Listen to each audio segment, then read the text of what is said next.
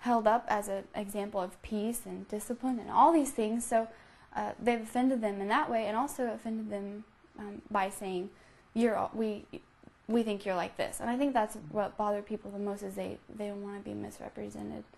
So. And in order to cure this disease, because what happens is that this kind of activities, poor decisions, widen the gap between the people of faith. Yeah. And what are things that you plan to do yourself, and what you think we should do? Maybe you suggest to government to do?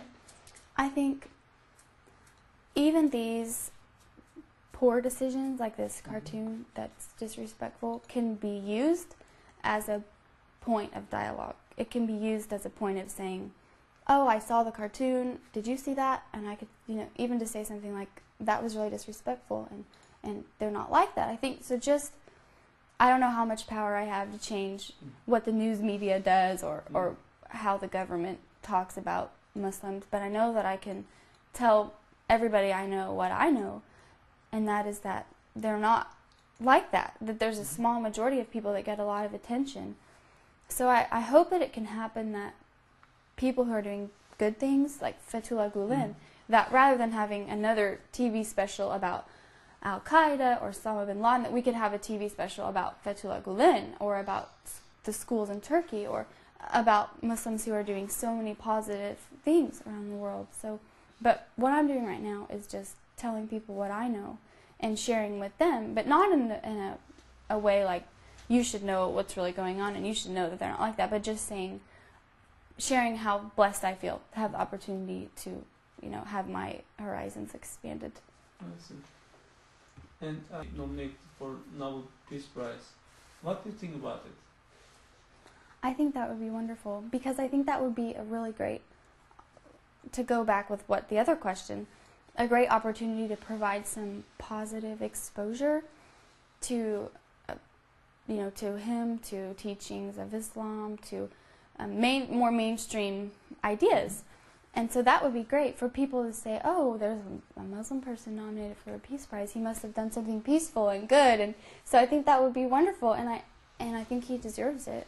And from what I've learned so far, he's impacted people all over the world, and I know a lot of people think he's important. When I was in Turkey, we were in a room in I guess it was like a press type office, people who are involved in Gulen movement, and there was pictures of him on the wall with popes and rabbis and famous singers and government officials. So a lot of people have already acknowledged, I think, the part that he plays in advancing world peace. So, and he was so brave to just, I don't know much about his life, but I know from myself wanting things to get better, but feeling discouraged, or what can I do, I don't know. But to be so brave to just keep going for it and going towards it and writing about it, even though people may have told him, you're never going to make a difference, or no one's going to listen to you, he just kept trying and trying. So I think that it would be wonderful if he were nominated for that. So, what did the word Islam mean to you? Well, I have the blessing of having a lot of Muslim friends, but none who were Turkish before I met some people involved in this institute. But so I was already impressed with them, with their lives, with their devotion and their tolerance, and how informed that they were, and they had taught me a lot.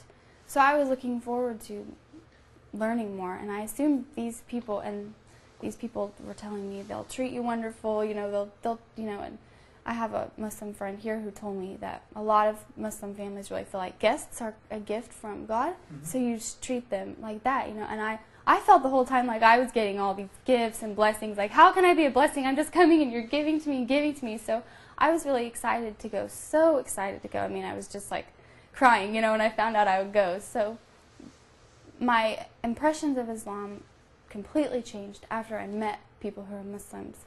That was before I went to Turkey. But before I started taking classes in college about world religions and Islam, and before I met any Muslims, all I knew was what I saw on TV, which were negative things, which aren't true. So I think that the most important thing in my life was just interacting with people who were Muslims, they were like me. They were just people who wanted to live and be happy and love, and they were wonderful. So I was really excited to go to Turkey because I was expecting these wonderful people. How did you feel when there and when you saw people praying in mosques?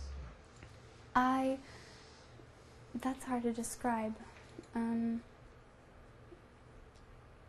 I appreciated a place where, 5 times a day you hear the azan, and it gets so busy here, and just it really struck me that this society has like a 5 times a day there's like a reminder, to stop and leave everything and kind of come and spend time with God and be spiritual, because that says a lot to me about the priorities of people there. And we were shopping one day, and the azan, we heard it, and all the doors are closing, locking, and they didn't mind that they were going to miss shoppers coming by to spend money because they wanted to pray. And I wish we had that here. I wish there was a time of day that everything shut down and everybody stopped and reflected and prayed, because I think it's really important and valuable. And I missed that when I came back here. I missed, I thought, I'll miss hearing that azan, because even though I didn't really pray in the mosque, we would go in and sit quietly and think, and I would have a chance to pray myself and reflect on the day myself. So I missed that when I came here, because it's just hustle, hustle, hustle, and so I really appreciated that and respect their devotion. And you want to tell him, what would be your message? I would want to tell him, wow, probably lots of things, but I think I would want to just tell him thank you for his courage, because I think it takes a lot of courage to be different, and I'm sure he's been in a lot of situations that his interpretations of things were different than other people, and that for him to know that after he's not here anymore, that people will continue to work towards what he's started, that I know I will, and I know that I will encourage everybody I know to. So for him to I really hope that he knows, and maybe he's not worried about it as much, but I would really hope that he would know that we were going to continue what he's started, or that I'm going to try to continue what he started, and that I really thank him for his efforts. I really do, and I really admire him, and that he's a good example. And I think if I could know someday that my life was an example to people, and that after I was gone, that because of my life people were going to continue to make the world better, I think that would be a really wonderful thing. So that's probably what I would tell him. And is there anything that you want to share with us beyond these questions? Well,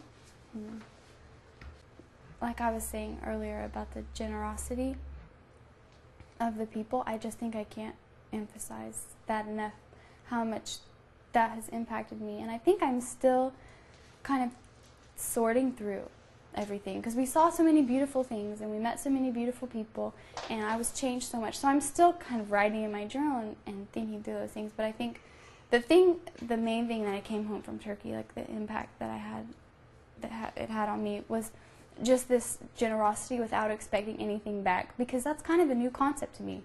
So this concept of giving without expecting anything back and just being so happy just to give, I think I want to be more like that. And I think about that all the time. So that, I think, is something I really want to emphasize that I came back with from Turkey. Thank you very much.